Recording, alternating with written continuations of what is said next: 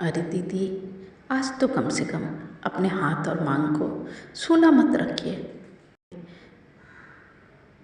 आज हरियाली तीज है दीदी, और आप आज के दिन सुहाग की सारी चीज़ें उतार कर रख दी हैं। सुहागने औरतों को ये शोभा नहीं देता दीदी। आपको ऐसा करने से डर नहीं लगता दीदी? कमरे में पोछा मारते मारते अनीता अपनी मेम साहब काव्या को कहती है, अनीता, तू अपना काम कर, ज़्यादा ज्ञान देने की कोई ज़रूरत नहीं है। अरे हाथों में चूड़ियाँ और माथे में लाल सिंदूर लगाने से ही औरतें सुहागन कहलाती हैं क्या?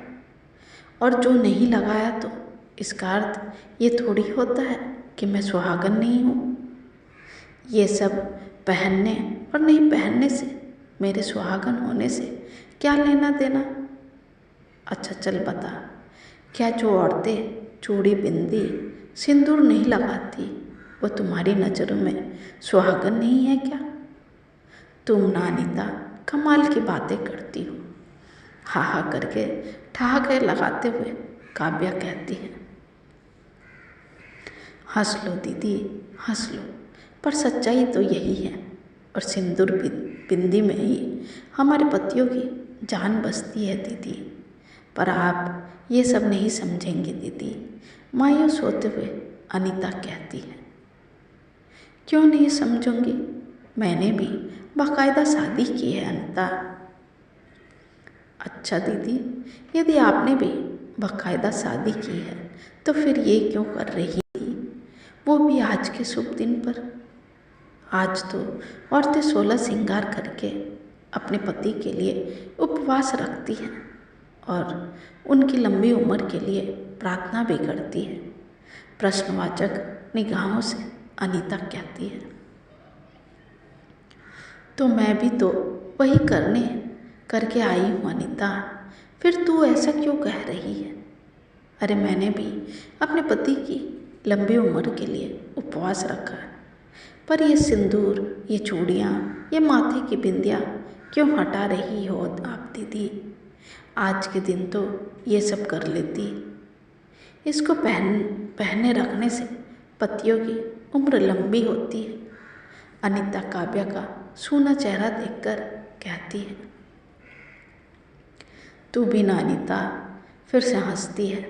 सुहाग की लंबी उम्र के लिए इन सब चीज़ों की नहीं, अपितु उनसे प्यार और उनका ख्याल रखने से होता है, ताकि वो खुश रहे, और खुश रहने से उम्र खुद ब खुद लंबी हो जाती है। तू तो खामोखा डरती है इन सब बातों से।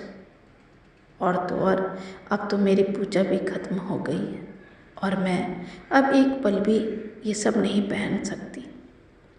मुझे ना ये सब करने से खुजली होने लगती है। अपने माथे से बिंदी और मांग से सिंदूर पोंछते हुए काव्या कहती है। अरे दीदी, कम से कम आज के दिन ये मांग तो ऐसे ना पोंछो। दीदी, मुझे अच्छा नहीं लग रहा है ये सब देखकर। अनीता काव्या को पूजा के बाद सारे श्रृंगार उतारते देखकर बार बार वही बातें दोहराती है। तुझे अच्छा नहीं लगता तो तू यहाँ से चली जा और अपना काम कर। मुझे तो ये तामझाम उतार कर कितना रिलैक्स लग रहा है, मैं बता नहीं सकती तुझे। अपने खाली हाथों को देखते हुए काव्या कहती है। चंद मिनटों में सजी सवरी दुल्हन सी काव्या विधवा सा रूप धारण कर लिया था, जिसे देखकर अनीता दांतों तले उंगलियां काटते हुए कमरे से बाहर निकल जाती है और रसोई में काम करते करते खुद से ही बातें करने लगती। पता नहीं ये आजकल की पढ़ी लिखी औरतें जाने क्या समझती हैं खुद को। अरे सुहागने औरतें ऐसे रहती हैं भला जैसे कोई विधवा रहती हो।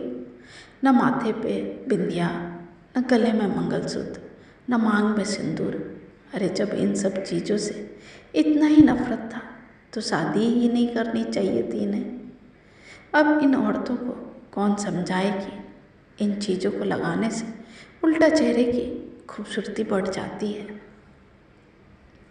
चेहरे पर नूर आ जाता है, हम तो जीते जी भी कभी ऐसा अपशगुन ना करें, पर ये पैसे वाले लोगों के खोखले चोचले हैं जिन्हें सिर्फ अपनी पड़ी रहती है, इसलिए तो इन्हें ये सब करने में तनिक भी डर नहीं होता। अरे भगवान ने कुछ सोच समझ कर ही हम औरतों को ऐसा बनाया होगा ना, तभी तो औरतों के शरीर का ढांचा ऐसा है। इसलिए तो जितने अंग उतने आभूषण, और उन आभूषणों पर चार चांद लगाते ये मांग का सिंदूर और माथे की बिंदिया। अगर सच में ये श्रृंगार बोझ होता तो माता रानी को क्यों 16 श्रृंगार करके रखते, क्यों उन्हें चूड़ी सिंदूर चुनरी चढ़ाते हैं लोग।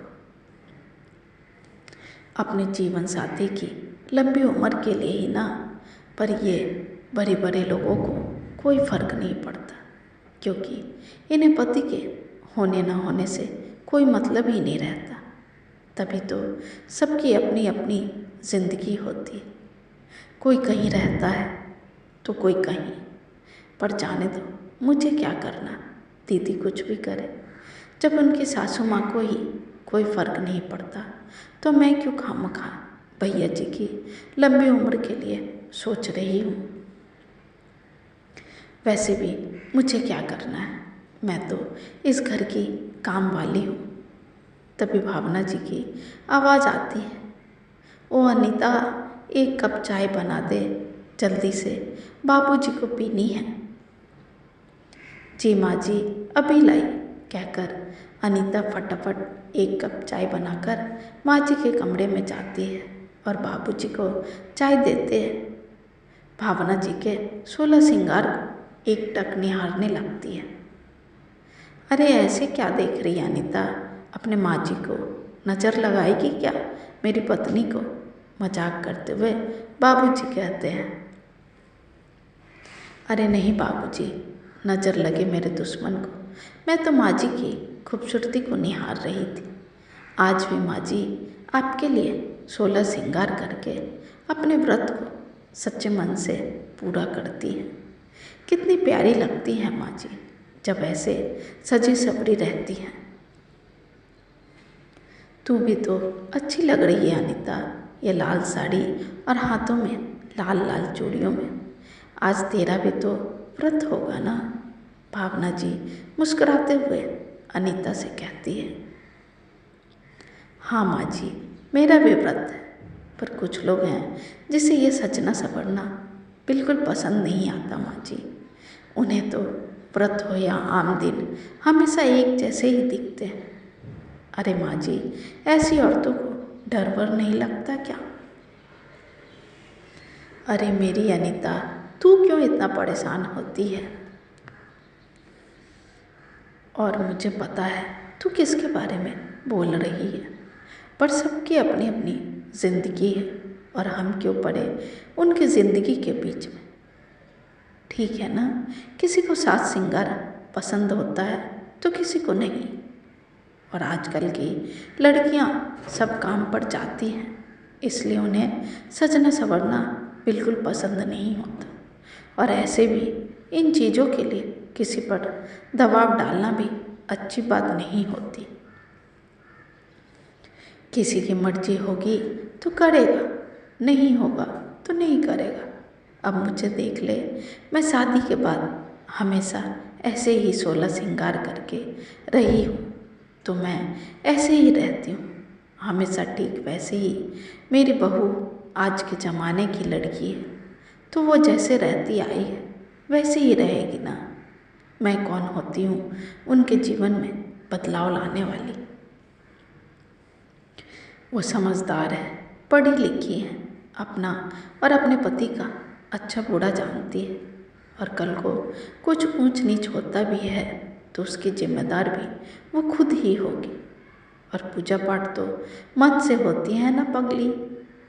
चल छोड़ इन सब बातों को और जा जल्दी से खाने की तैयारी कर, सबको भूख लगी होगी। क्या माँ जी आप भी, आपने तो मेरी बोलती ही बंद कर दी, कहकर अनीता रसोई में चली जाती है। वाह कौशल्या जी, आपने तो बहू की तरफदारी करके अनीता की बोलती ही बंद कर दी। ये हुई ना समझदार सास की निशानी। तो क्या करूँ जी, घर के सुख समृद्धि और शांति के लिए सास को समझदारी दिखाना पड़ता है। नहीं तो ये काम वाली बाइयाँ 10 घरों में जाकर हमारी बहू की शिकायत करके हमारे घर का नाम खराब कर देती है। इन लोगों का काम ही होता है यहाँ की बातें वहाँ करने की, और इनकी बातें सुनकर आस पड़ोस की औरतें इस बात का बतंगर बनाकर सबके सामने ऐसे पेश करती हैं जैसे हम कोई गुनहगार हो। घर की बात है, घर में रहे तो अच्छा है, और बहू अभी अभी तो आई है, धीरे धीरे हमारे घर परिवार में ढल जाएगी। ऐसे भी बहुएं माँ के घर में जितना सीखती हैं उससे ज़्यादा सास के घर में सीखती हैं, और हमारे चादर छाया में रहेगी तो खुद ब खुद सास श्रृंगार भी सीख जाएगी।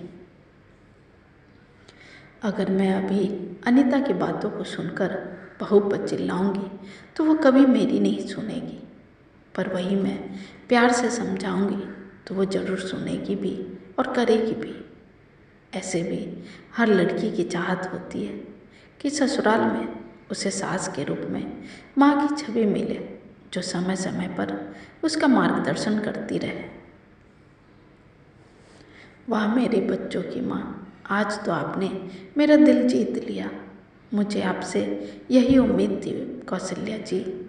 अपनी पत्नी पर गर्व महसूस करते हुए विनय जी कहते हैं।